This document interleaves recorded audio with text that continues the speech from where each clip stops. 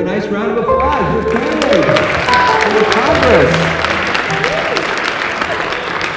A lot of you are Democrats. A lot of you vote the same. A lot of members of Congress vote the same. What are we getting different with you? What is the biggest, most important differentiator for you in this seat that folks here can get if you win? I am born and raised in the district in Glendale. I'm a practicing physician in the community. I grew up in a fiscally conservative, socially moderate immigrant household, and we were all proud California Duke-Majan Republicans. And what that meant was keep the streets clean, keep the neighborhood safe, stay out of my bank account, stay out of my personal life.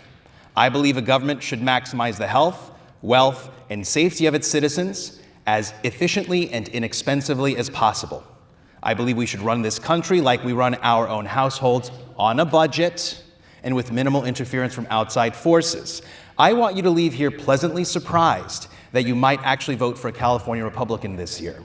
So if you want someone who's going to lower your taxes, balance the budget, combat crime and homelessness, and not try to control your personal life like we're at a Sunday school, please vote for me. Thank you. Thank you very much. Housing affordability is one of the most, if not the most important issue in California. Real simply, how do we make it more affordable for more Californians to live in California? So unfortunately, the policies by our elected officials are front and center why housing is so expensive. So we have a lot of environmental regulations, some people would say excessive, that specify the type of double-paned energy efficient window you should use, that say what kind of shingle you should use that's going to make it carbon neutral. So when you have those specific materials to build a house, that house starts out expensive. Also, to repair or remodel a house, you still need to follow those rules. That makes it expensive. That is why insurers, home insurers, have left the state, because it's too expensive to do business here.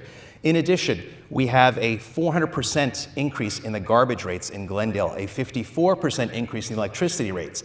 There is this all-electric dogma by our elected officials that is straining our grid and increasing the demand. And all that does is jack up the electricity costs, and those day-to-day home insurance, property tax, electricity bills, that is what's making housing unaffordable. Thank you very much. Is there a crisis at the border right now? Why or why not, and what do you do about it? Yes, absolutely, there is a crisis at the border. We had 750,000 illegal immigrants that were just granted free medical care here in California, and we have a $68 billion budget deficit. So everybody's promising free things. All of our taxes are going to have to go up to pay for it. Again, we should treat this country like we treat our own home. We keep the door closed. We look at the peephole when somebody knocks on the door. We open and we say, "Who are you?" We vet them before they come in. So what we need to do is seal the border, build that wall, fund ICE to get out anybody that we don't want, and then get a points-based, transparent system, much like Canada has, that prioritizes younger, able-bodied people, those with job skills that the country needs, those with an existing family connection in the country, and also those who can speak the language. I believe that we should recruit skilled, industrious immigrants who will embrace our Constitution and who will integrate into American culture, much like my extended family has.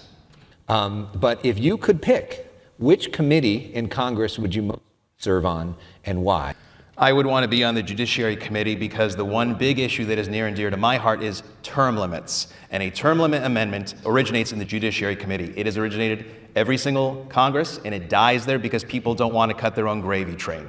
I think this country is in a shambles because of career politicians who are running roughshod and have more allegiance to the lobbyists that they hang out with rather than their own constituents. So I would be there to shepherd it through, make sure it doesn't die in committee and gets to the floor for a vote.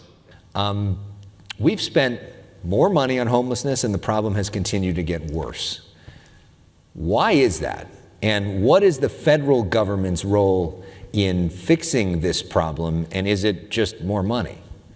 You all have been walking down the streets. The majority of the homeless that you see are severely mentally ill or they are drug addicted and prioritize their addiction over holding down a steady job.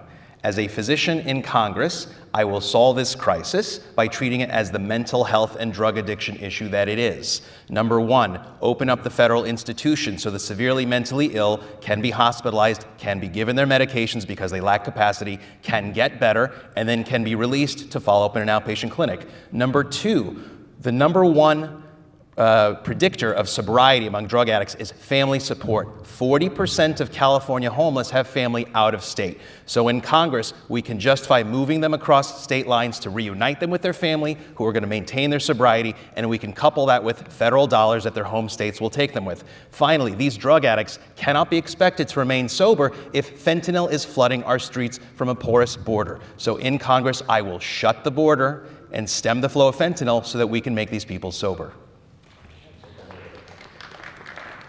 Does Alex think that all homeless people are drug users? I'm just curious.